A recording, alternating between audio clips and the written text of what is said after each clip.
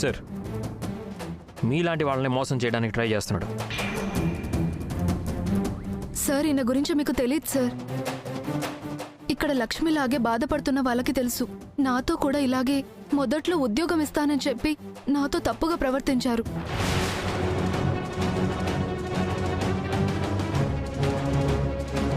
అవును సార్, నాతో కూడా తప్పుగా ప్రవర్తించారు.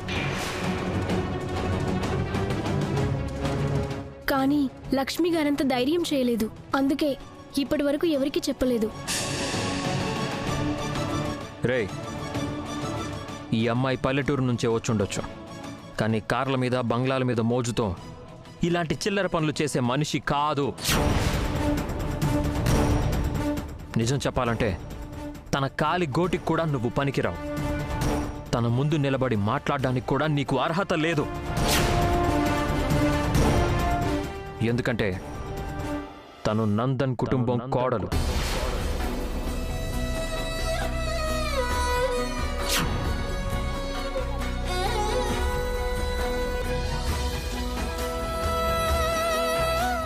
తన పేరు లక్ష్మీ మిత్రా నందన్. సార్, ప్లీజ్ వీడిని అరెస్ట్ చేయండి. పదరా. చిత్రం ప్రేమ వింత వీలు నామ రాసింది మనకు ప్రేమ.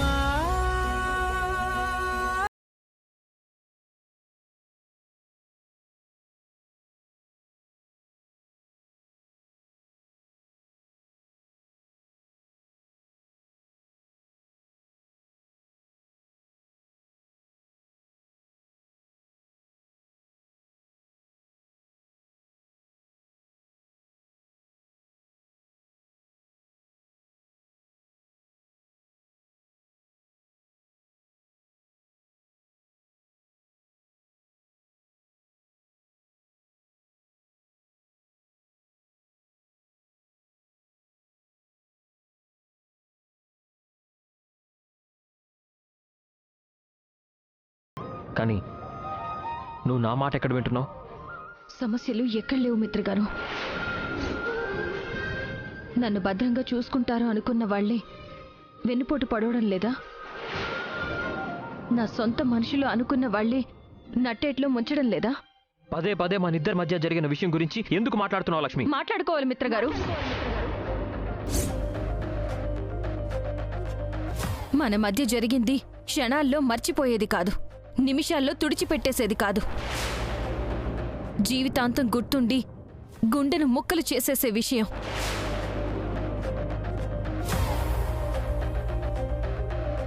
నా వాళ్ల దగ్గర నేను ఎదుర్కొనున్న అవమానంతో పోలిస్తే ఈరోజు జరిగిందేమీ పెద్ద విషయం కాదు. నా సొంత మనుషులే నన్ను మోసం చేసిన తీరుతో పోలిస్తే ఈరోజు నేను చూసింది పెద్ద ప్రమాదమే కాదు. ఇనఫ్ లక్ష్మి. జరిగిన విషయాన్ని ఒక అడ్డగోడగా కట్టుకొని ఆ గోడకి అవతల వైపు నుంచే నువ్వు చూస్తున్నావు. అందుకే మేము ఇంకా తప్పు చేసిన వాళ్ళలాగే కనిపిస్తున్నాం. నువ్వు ఆ గోడ దాటి ఇటువైపు రానన్ని రోజులు మేము నేరస్తుల్లాగే కనిపిస్తాం. కానీ ఏదో ఒక రోజు ఆ అడ్డుగోడని దాటుకొని వస్తావు. అప్పుడైనా మేము నీ గురించి ఎంత ఆలోచిస్తున్నామో, నీ మంచి కోసం ఎంత పరితపిస్తున్నామో తెలుసుకుంటావు.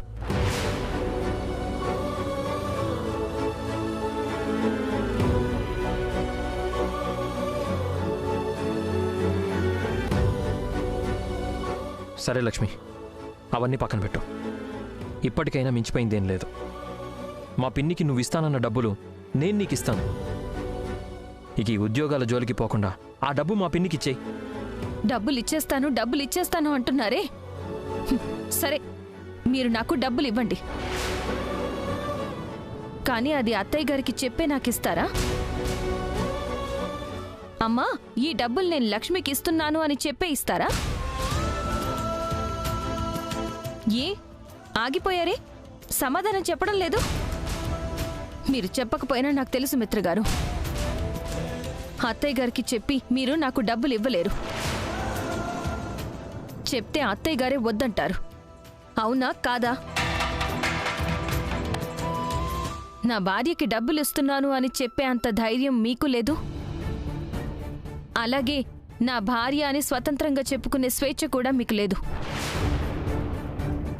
అలాంటప్పుడు మీరిచ్చే డబ్బులు నేనెలా తీసుకుంటాననుకున్నారు?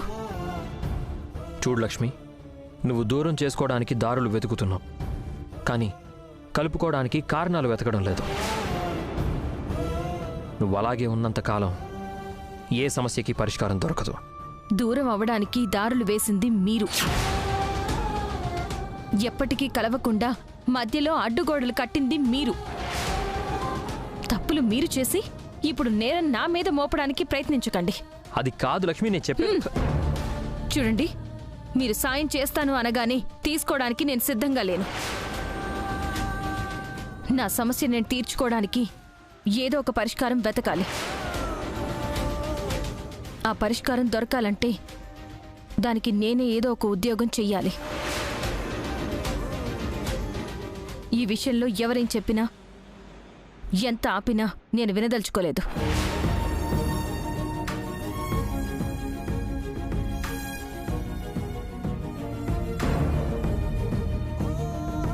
సరే, కారెక్కు.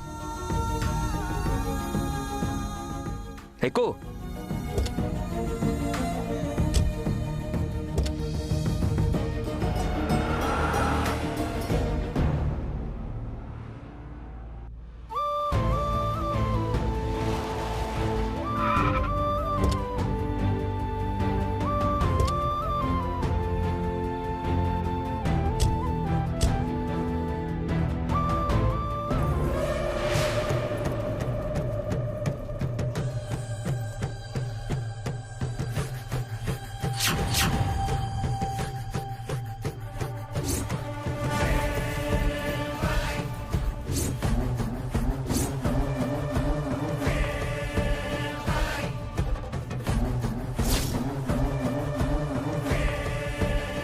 మిత్రా, ఏంటి నువ్వు లక్ష్మి కలిసి వస్తున్నారు?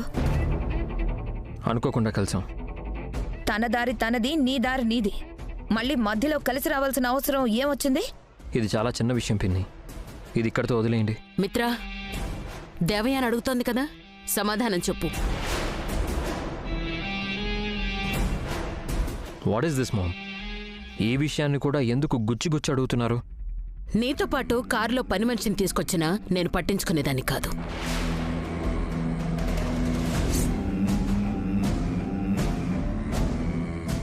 కానీ నువ్వు లక్ష్మిని తీసుకొచ్చావు. అందుకే గుచ్చి గుచ్చి అడగాల్సి వస్తోంది. అంత అవసరం ఏమొచ్చింది అని ఆరా తీయాల్సి వస్తోంది.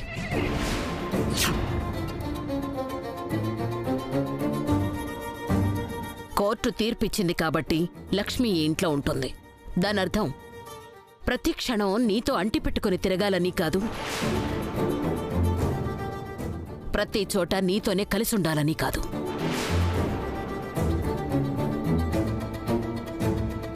ఇప్పుడు కలిసి తిరగడం వల్ల, కలిసి వెళ్లడం వల్ల ఏమైంది అరవిందా? అలా ఎలా మాట్లాడగలుగుతున్నారండి? లక్ష్మి వల్లే నా కొడుక్కి ప్రమాదాలు. లక్ష్మి మిత్రతో కలిసి తిరిగినంతసేపు వాడి చుట్టూ ఆపదలు. అందుకనే వాళ్ళిద్దరి మధ్య ఎంత దూరం ఉండాలా అని నేను ఆలోచిస్తూ ఉంటే ఇప్పుడు ఇలా కలిసి తిరిగొస్తున్నారు.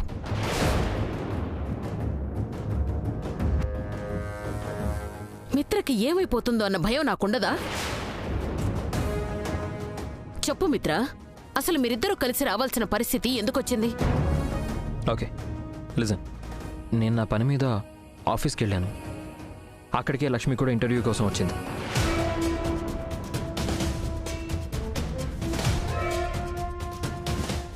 అక్కడ ఏం జరిగిందంటే, ఏవైనా చిన్న జాబులు లాంటివి అయితే ఓకేనా? ఏ జాబ్ అయినా పర్వాలేదు సార్.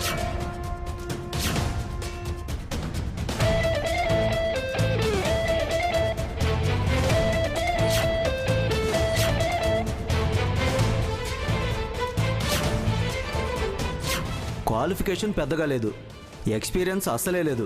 జాబ్ ఇవ్వడం కుదరదంటే ఒళ్ళించుకోవడానికి సిద్ధపడిపోయింది. నా మాట నమ్మండి సార్, నేను ఈ తప్పు చేయలేదు సార్. నువ్వెంతకి దిగజారావో ఆ ఫుటేజ్లోనే ఉంది చూడు.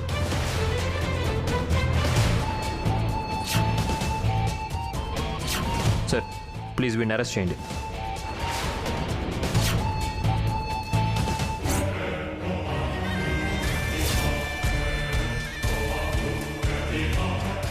ఆ టైంలో అక్కడ లక్ష్మిని ఒంటరిగా వదిలేలేక తీసుకొచ్చాను.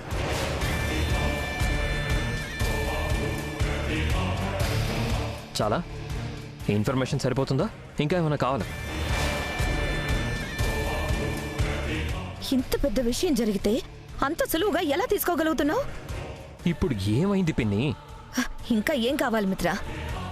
ఉద్యోగాలు చేస్తాను, ఊళ్ళో వెళ్తాను అని చెప్పి వెళ్ళి మన ఇంటి పరువు వీధిలో వదిలేసి వచ్చేసింది.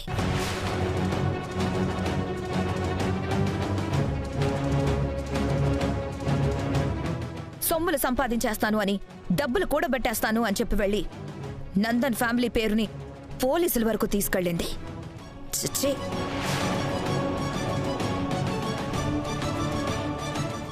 అంత చీ కొట్టడానికి చీదరించడానికి నేనేం తప్పు చేయలేదు చిన్నత్తయ్య గారు. కాపు లక్ష్మి, కాపు లక్ష్మి, కాపు లక్ష్మి.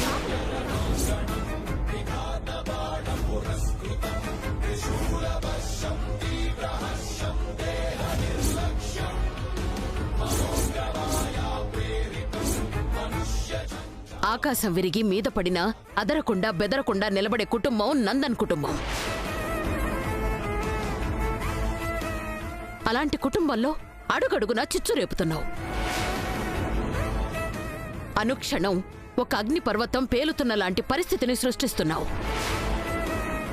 అసలు నువ్వు ఈ నందన్ కుటుంబాన్ని, ఈ కుటుంబంలోని మనుషుల్ని ఏం చేయాలనుకుంటున్నావో నాకు అర్థం కావడం లేదు. నేనేది కావాలని చేయలేదు అత్తయ్య గారు. నా కాళ్ళ మీద నేను నిలబడ్డానికి వెళ్ళాను. నా ఉద్యోగం నేను సంపాదించుకోవడానికి వెళ్ళాను. అక్కడ తప్పు చేసిన వాడి గురించి మాట్లాడకుండా నన్నెందుకు తప్పు పడుతున్నారో నాకు తెలియడం లేదు. నువ్వు తప్పు చేశావు కాబట్టే తప్పు పడుతున్నారు.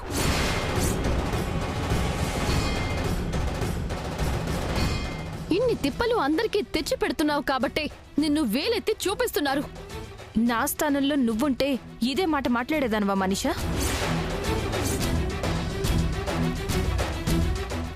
సాటి మనిషికి సమస్య వస్తే ఏ మనిషి అయినా అయ్యో పాపం అంటారు, లేకపోతే ఆ సమస్య తీర్చుకునే మార్గం చూపిస్తారు.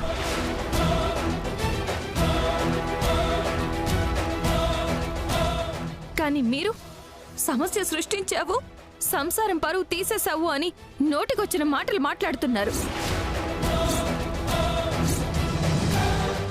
ఇదేనా మీకు తెలిసిన న్యాయం? ఇదేనా మీకు తెలిసిన మానవత్వం?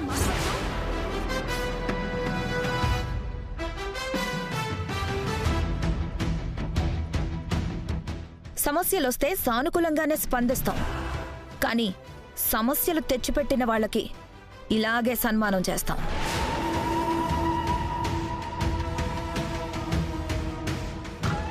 ఏంటమ్మా లక్ష్మి ఇదంతా? ఇప్పుడు నువ్వు ఉద్యోగాలు చేయడం ఎందుకు? ఇంటి పరువు తీసుకెళ్లి వీధిలో పెట్టడం ఎందుకు? 6 నెలలు ఇంటి కోడలుగా ఉంటానన్నావు. కనీసం ఈ 6 నెలలైనా నీ వల్ల ఈ ఇంటి పరువు పోకుండా చూడమ్మా.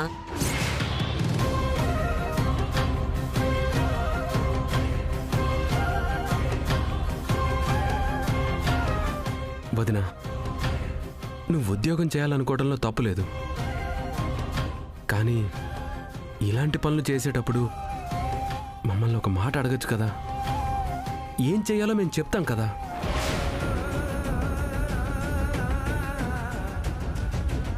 సొంత నిర్ణయాలు తీసుకోవడం ఎందుకు? ఇలాంటి సమస్యల్లో ఇరుక్కోవడం ఎందుకు? ఇలా అందరితో మాటలు అనిపించుకొని నువ్వు బాధపడటం ఎందుకు?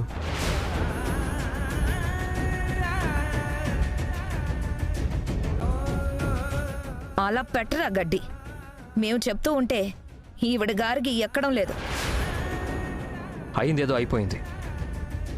ఇంక ఈ విషయం ఎక్కడితో వదిలేయండి. ఈరోజు లక్ష్మి ఎదుర్కొన్న పరిస్థితి ఒకవేళ హన్సికాకో సంజనాకో ఎదురైతే ఇలాగే మాట్లాడతామా?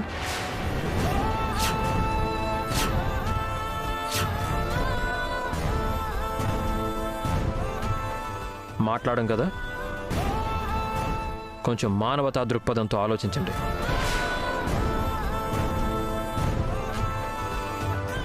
లక్ష్మి, నువ్వు లోపలికి వెళ్ళు.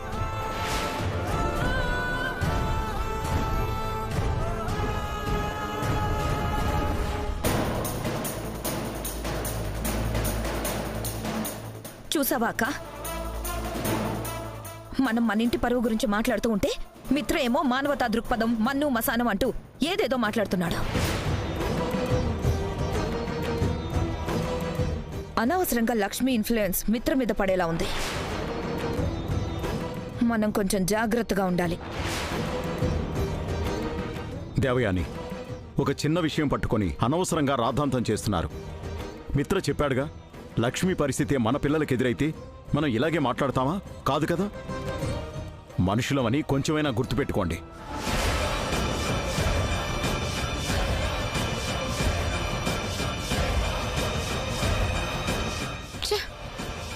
ఏంటంటే ఇది?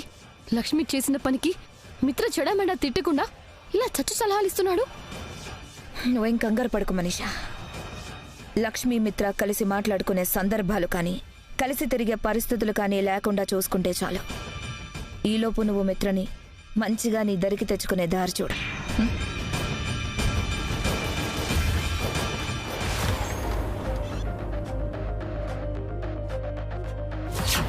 కొంచెం కోఆపరేట్ చేయి. ఒప్పేసుకో లక్ష్మి, ఉద్యోగం నీదే. నేను చెప్పినట్టు వింటే ఎప్పటికప్పుడు ఇంక్రిమెంట్లు, ఎప్పటికప్పుడు బోనస్లు అన్నీ రెగ్యులర్గా వచ్చేస్తూ ఉంటాయి. ఇంకా ఏం కావాలి మిత్ర? ఉద్యోగాలు చేస్తాను, ఊళ్ళో వెళ్తాను అని చెప్పి వెళ్ళి మన ఇంటి పరువు వీధిలో వదిలేసి వచ్చేసింది. ఆకాశం విరిగి మీద పడినా అదరకుండా బెదరకుండా నిలబడే కుటుంబం నందన్ కుటుంబం. అలాంటి కుటుంబంలో అడుగడుగునా చిచ్చు రేపుతున్నావు.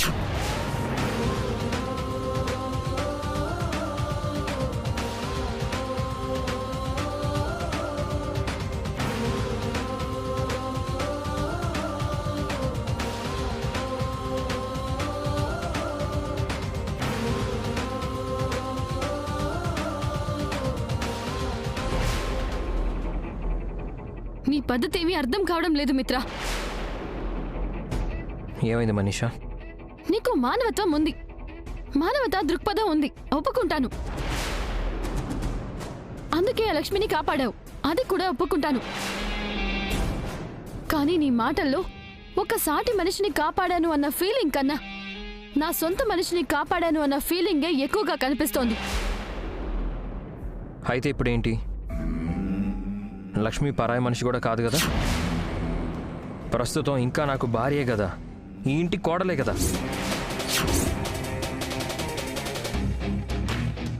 మిత్ర, మరో 6 నెలల్లో లక్ష్మి నువ్వు శాశ్వతంగా విడిపోబోతున్నారు. మీ భార్యాభర్తల బంధం పూర్తిగా తెగిపోతుంది. ఇంకా లక్ష్మి నా భార్య, లక్ష్మి ఇంటి కోడలు అని నువ్వు అనడంలో అర్థం లేదు.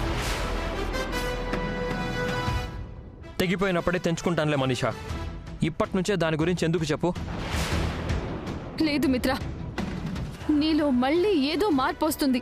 లక్ష్మి నా సొంత మనిషి అని నీకు ఫీలింగ్ కలుగుతోంది. లక్ష్మితో మళ్ళీ జీవితం కొనసాగించాలేమో అన్న ఆలోచన నీలో మొదలవుతోంది. అవునా కాదా? మనీషా, అసలే నా మూడ్ బాలేదు. నీ మంచి గురించి మాట్లాడితే కూడా తప్పా మిత్ర? నువ్వు మాట్లాడేది మంచి గురించి చెప్తున్నట్టు లేదు, నన్ను మంచూరియాలా ఫ్రై చేసుకొని తిన్నట్టుగా ఉంది.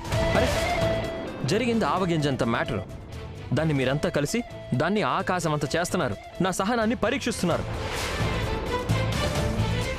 అది కాదు మిత్ర, నువ్వు లక్ష్మి విషయంలో కాస్త కంట్రోల్డ్గా ఉంటే బెటర్ అని నా ఫీలింగ్. ఏంటి కంట్రోల్? ఏంటి కంట్రోల్? ఇప్పుడు నువ్వు నన్ను కంట్రోల్లో పెట్టడానికి ట్రై చేస్తున్నావా? నా బౌండరీస్ ఏవో నాకు గుర్తు చేస్తున్నావా? నువ్వు నేను ఎలా ఉండాలో, ఎలా బతకాలో నువ్వు నాకు డిసైడ్ చేస్తున్నావా? నా ఉద్దేశం అది కాదు మిత్ర. చూడు మనీషా, ఒక్కోసారి నువ్వు కూడా నీ కంట్రోల్లో ఉంటే బెటర్. నీ బౌండరీస్ ఏంటో నువ్వు తెలుసుకొని మసలితే ఇంకా బెటర్.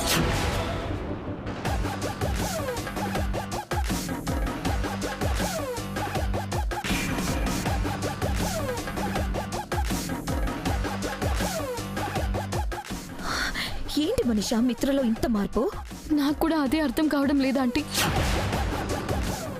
మిత్రలో చిన్న చితగా మార్పు వచ్చిందనుకున్నాను, కానీ పెను మార్పే మొదలవబోతోంది.